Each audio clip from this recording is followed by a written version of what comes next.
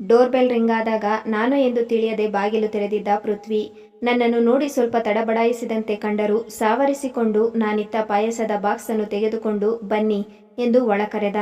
ಆಶ್ಚರ್ಯ ಕಾದಿತ್ತು ನನಗೆ. ಹಾಲಿನಲ್ಲಿದ್ದ ಕ್ಯಾನ್ವಾಸ್ ಮೇಲೆ ಅವನ ಕುಂಚದಿಂದ ಅರಳುತ್ತಲಿತ್ತು ನನ್ನ ಚಿತ್ರ. ನನ್ನ ಮುಖದಲ್ಲಿ ಮೂಡುತ್ತಿದ್ದ ಭಾವನೆಗಳನ್ನು ಗಮನಿಸುತ್ತಿದ್ದ. ನಾ ರೋಮಾಂಚನಗೊಂಡು ಮನಸ್ಸು ಒಂದು ರೀತಿ ಸಂತೋಷ ಪಡುತ್ತಿದ್ದರೂ ಅದನ್ನು ಮುಖದ ಮೇಲೆ ತೋರ್ಪಡಿಸಿಕೊಳ್ಳದ ಹಾಗೆ ಇರಲು ಪ್ರಯತ್ನಿಸುತ್ತಿದ್ದೆ. ಸಾಫ್ಟ್ವೇರ್ ಇಂಜಿನಿಯರ್ ಆದರೂ ಅವನಿಗೆ ಪೇಂಟಿಂಗ್ ಹವ್ಯಾಸವಾಗಿತ್ತು. ಸುಂದರವಾದದ್ದನ್ನು ಮತ್ತು ಇಷ್ಟಪಟ್ಟಿದ್ದನ್ನು ಮಾತ್ರ ಚಿತ್ರಿಸುತ್ತೇನೆಂದು ಹೇಳಿದ್ದ. ಆದ್ದರಿಂದ ನನ್ನ ಚಿತ್ರ ನೋಡಿದಾಗ ಒಂದು ರೀತಿ ಆಶ್ಚರ್ಯ, ಸಂತೋಷ, ದ್ವಂದ್ವ, ಹೀಗೆ ಏನೇನೋ ಭಾವನೆಗಳು ಮೂಡಿದವು. ಆಶ್ಚರ್ಯ ಆಯ್ತಾ? ಇವತ್ತು ನಿಮ್ಮ ಬರ್ತ್ಡೇಗೆ ಗಿಫ್ಟ್ ಮಾಡೋಣ ಅಂತ ಚಿತ್ರಿಸುತ್ತಿದ್ದೆ ಎಂದ. ಓ ಹೌದಾ, ಥ್ಯಾಂಕ್ಸ್ ಎಂದೆ ಭಾವನೆಗಳನ್ನು ಅದಿಮಿಕೊಳ್ಳುತ್ತಾ. ಅದನ್ನು ಗಮನಿಸಿದವನಂತೆ ಅಷ್ಟೇನಾ, ಬೇರೇನೂ ಇಲ್ವಾ ಎಂದ ನನ್ನ ಕಣ್ಣುಗಳನ್ನೇ ದಿಟ್ಟಿಸುತ್ತಾ. ಅವನ ಆ ನೋಟಕ್ಕೆ ಎಂದಿನಂತೆ ಮರುಳಾದೆ. ಹೃದಯ ವೇಗವಾಗಿ ಬಡಿಯತೊಡಗಿತು. ಅವನ ನೋಟವನ್ನು ಎದುರಿಸಲಾರದೆ ಏನು ಹೇಳಬೇಕೆಂದು ತೋಚದೆ ಅತ್ತ ಇತ್ತ ನೋಡುತ್ತಾ ನಿಂತಿದ್ದಾಗ ಅತ್ತೆಯಿಂದ ಫೋನ್ ಬಂತು. ಅದೇ ನೆಪ ಮಾಡಿಕೊಂಡು ಮನೆಗೆ ಓಡಿದೆ. ಮನೆ ತಲುಪಿದರೂ ಹೃದಯ ಇನ್ನೂ ಒಡೆದುಕೊಳ್ಳುತ್ತಲೇ ಇತ್ತು. ಅವನನ್ನು ಮೊದಲು ನೋಡಿದ ದಿನವೂ ಹೀಗೆಯೇ ಹೃದಯ ಜೋರಾಗಿ ಬಡಿದುಕೊಳ್ಳುತ್ತಿತ್ತು. ಕಾರಣ ಬೇರೆ. ನಮ್ಮ ಅಪಾರ್ಟ್ಮೆಂಟ್ ಲಿಫ್ಟ್ ಕ್ಲೋಸ್ ಆಗುವಷ್ಟರಲ್ಲಿ ಒಳ ಸೇರಲು ಜೋರಾಗಿ ಓಡಿದ್ದೆ. ಲಿಫ್ಟ್ ಕ್ಲೋಸ್ ಆಗುತ್ತಿದ್ದಂತೆ ತಲೆ ಸುತ್ತಿ ಕುಸಿದೆ. ಆಗ ಒಳಗಿದ್ದ ಇವನು ತಕ್ಷಣ ತನ್ನ ವಾಟರ್ ಬಾಟಲ್ ಕೊಡುತ್ತಾ ನನ್ನ ಕೈಗಳಲ್ಲಿದ್ದ ಬ್ಯಾಗ್ಗಳನ್ನು ತೆಗೆದು ಕೆಳಗಿಡುತ್ತಾ ಮಾಸ್ಕ್ ತೆಗೆದು ಕೂರುವಂತೆ ನನಗೆ ಹೇಳಿದ. ಆಗ ಸ್ವಲ್ಪ ಸಮಾಧಾನವಾಯಿತು. ಪೀರಿಯಡ್ಸ್ ದಿನ, ಬಿಸಿಲಿನಲ್ಲಿ ಊಟ ಮಾಡದೆ ಸಾಮಾನುಗಳನ್ನು ತರಲು ಮಾರ್ಕೆಟ್ಗೆ ಹೋಗಲೇಬಾರದು ಎಂದು ಅಂದು ನಿರ್ಧರಿಸಿದೆ. ಆಗುಂತಕನಾಗಿದ್ದರೂ ಒಳ್ಳೆಯವನಂತೆ ಕಂಡ. ಅವನಿಗೆ ಸೈನ್ಯದಿಂದಲೇ ಥ್ಯಾಂಕ್ಸ್ ಹೇಳಿದೆ. ನನ್ನ ಅವಸ್ಥೆ ಕಂಡು ನಮ್ಮ ಫ್ಲ್ಯಾಟ್ವರೆಗೂ ಬಿಡಲು ಬಂದವನಿಗೆ ಅತಿಥಿ ದೇವೋಭವ ಎನ್ನುವ ಅತ್ತೆ ಮಾವ ಸುಮ್ಮನೆ ಹೋಗಲು ಬಿಡಲಿಲ್ಲ. ಕಾಫಿ, ತಿಂಡಿ, ಉಪಚಾರ, ಪರಿಚಯ ಎಲ್ಲ ಆಯಿತು. ಆಗ ಅವನ ಬಗ್ಗೆ ತಿಳಿದಿದ್ದು ಹೆಸರು ಪೃಥ್ವಿ, ಕನ್ನಡದವ, ಬ್ಯಾಚುಲರ್, ನಮಗಿಂತ 2 ಫ್ಲೋರ್ ಮೇಲಿದ್ದಾನೆ ಎಂದು. ಹೊಸದಾಗಿ ಬಂದಿದ್ದ ನಮಗೆ ಅಲ್ಲಿ ಹಳಬನಾಗಿದ್ದ ಅವನ ಪರಿಚಯವಾಗಿದ್ದು ಒಳ್ಳೆಯದಾಯಿತು ಎನಿಸಿತು. ಅವನು ಸಹ ಆಫೀಸ್ ಹೋಗದೆ ತನ್ನ ಫ್ಲ್ಯಾಟ್ನಿಂದ ವರ್ಕ್ ಮಾಡುತ್ತಿದ್ದ. ಹೀಗೆ ಶುರುವಾಯಿತು ನಮ್ಮ ಪರಿಚಯ. ಎಂಥವರನ್ನು ಆಕರ್ಷಿಸುವ ವ್ಯಕ್ತಿತ್ವ ಅವನದ್ದು. ನನ್ನ ಅತ್ತೆ ಮಾವ ಮತ್ತು ಪುಟ್ಟ ಮಗಳು ಅವನಿಗೆ ಹತ್ತಿರವಾದರು. ಬೇಜಾರಾದಾಗಲೆಲ್ಲ ಅವನು ಇಲ್ಲಿಗೆ ಅಥವಾ ಅಜ್ಜ ಮೊಮ್ಮಗಳು ಅವನ ಫ್ಲ್ಯಾಟಿಗೆ ಹೋಗುತ್ತಿದ್ದರು.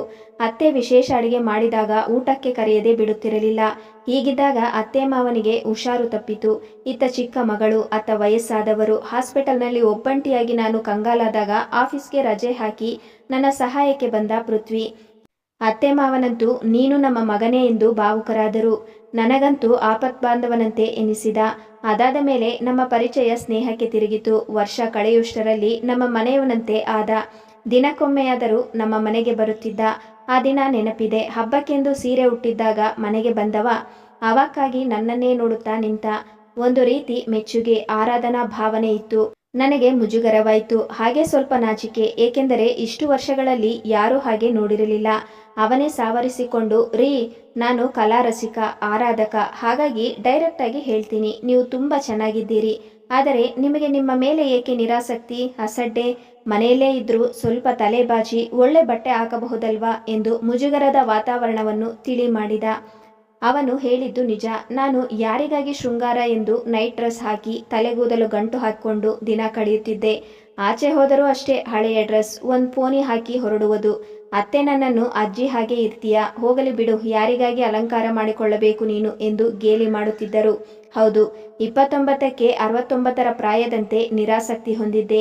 ಆಮೇಲೆ ಅವನ ಮಾತಿನಿಂದ ಪ್ರಭಾವಕ್ಕೊಳಗಾದವಳಂತೆ ಮರುದಿನ ಒಳ್ಳೆ ಸೆಲ್ವಾರ್ ತೊಟ್ಟು ಲೈಟ್ ಮೇಕಪ್ ಮಾಡಿದೆ. ಆ ದಿನ ನನ್ನ ನೋಡಿದ ಅವನು ಕಣ್ಣಲ್ಲೇ ಮೆಚ್ಚುಗೆ ವ್ಯಕ್ತಪಡಿಸಿದ. ಖುಷಿಯಾಯಿತು. ಅದನ್ನು ಹಾಗೆಯೇ ಮುಂದುವರಿಸಿದೆ. ಅವನು ನೋಡಲೆಂದೇ ಅಲಂಕರಿಸಿಕೊಳ್ಳುತ್ತಿರುವೆಯೋ ಎಂದು ಬುದ್ಧಿ ಕೇಳಿತು. ಇಲ್ಲ ಇಲ್ಲ, ನನಗಾಗಿ ಎಂದು ನಾನು ಬುದ್ಧಿಯನ್ನು ಸುಮ್ಮನಾಗಿಸಿದೆ. ಮುಂದಿನ ದಿನಗಳಲ್ಲಿ ಸ್ನೇಹದಲ್ಲಿ ಸಣ್ಣ ಸಲಿಗೆ ಸೇರಿತು. ನನ್ನ ವಾಟ್ಸಪ್ DP ಸ್ಟೇಟಸ್ಗಳಿಗೆ ಅವನಿಂದ ಮೆಚ್ಚುಗೆಗಳು ವ್ಯಕ್ತವಾಗತೊಡಗಿದವು. ಆ ಮೆಚ್ಚುಗೆಗಳು ನನ್ನ ಮನ ನವಿಲಿಗೆ ಹಾಗೆ ಕುಣಿಯುವಂತೆ ಮಾಡಿತು. ಮೆಚ್ಚುಗೆಯ ಜೊತೆ ಸಜೆಷನ್ಸ್ ಕೂಡ ಕೊಡಲು ಶುರು ಮಾಡಿದ.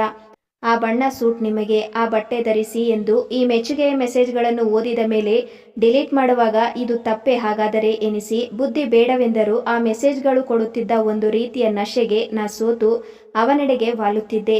ಕೆಲವೊಮ್ಮೆ ಆ ಮೆಚ್ಚುಗೆಗಾಗಿಯೇ ನಾನು DP ಸ್ಟೇಟಸ್ ಹಾಕುವಂತಹ ಹಂತಕ್ಕೆ ಹೋದೆ. ಅವನ ರಿಪ್ಲೈ ಸ್ವಲ್ಪ ತಡವಾದರೂ ಮನಸ್ಸು ಚಡಪಡಿಸುತ್ತಿತ್ತು.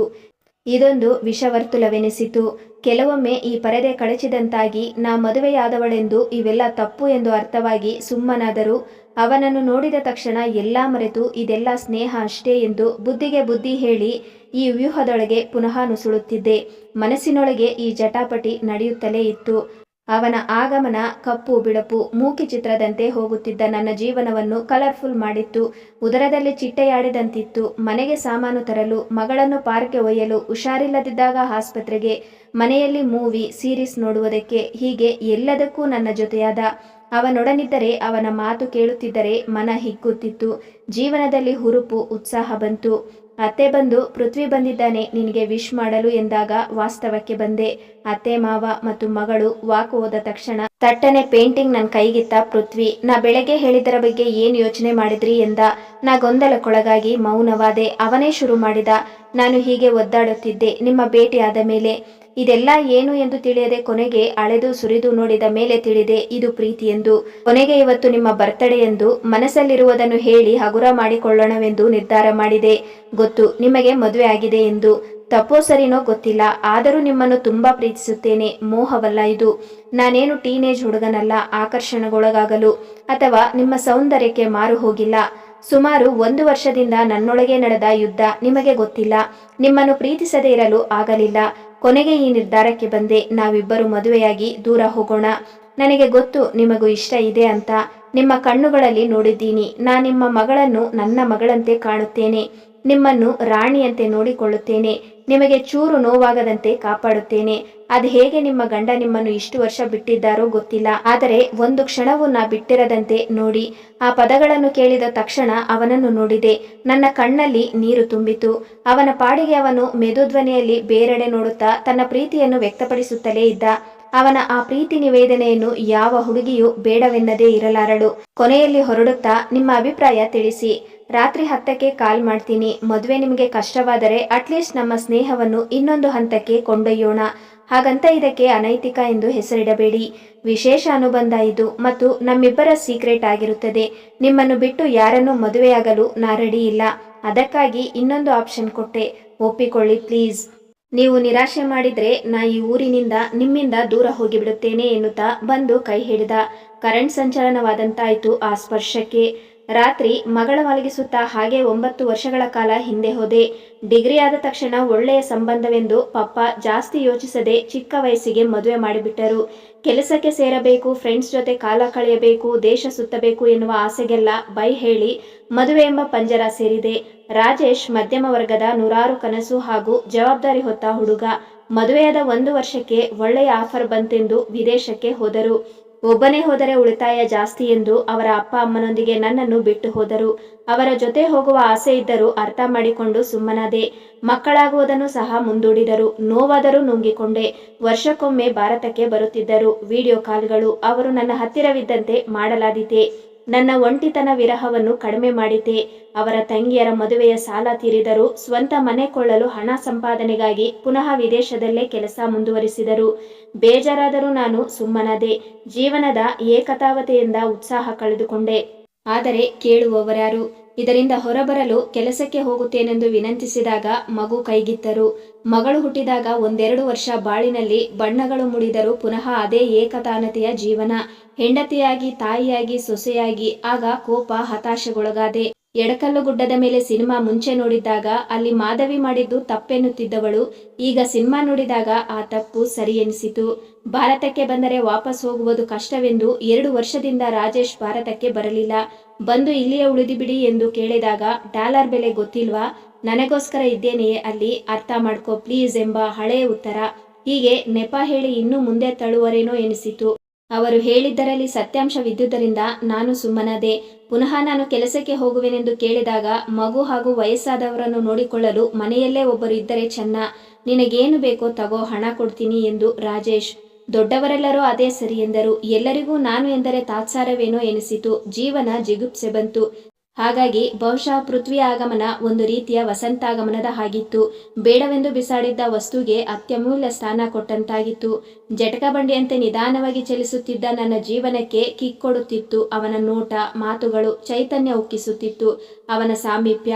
ಆದರೆ ಇದು ಮುಂದಿನ ಹಂತಕ್ಕೆ ಹೋಗುತ್ತದೆ ಎಂದು ತಿಳಿದಾಗ ಚಿಟ್ಟೆಯಂತೆ ಚಂಚಲವಾಗಿ ಹಾರುತ್ತಿದ್ದ ಮನಸ್ಸು ಬುದ್ಧಿಯೊಂದಿಗೆ ಸೇರಿ ಯೋಚಿಸಲು ಶುರು ಮಾಡಿತು.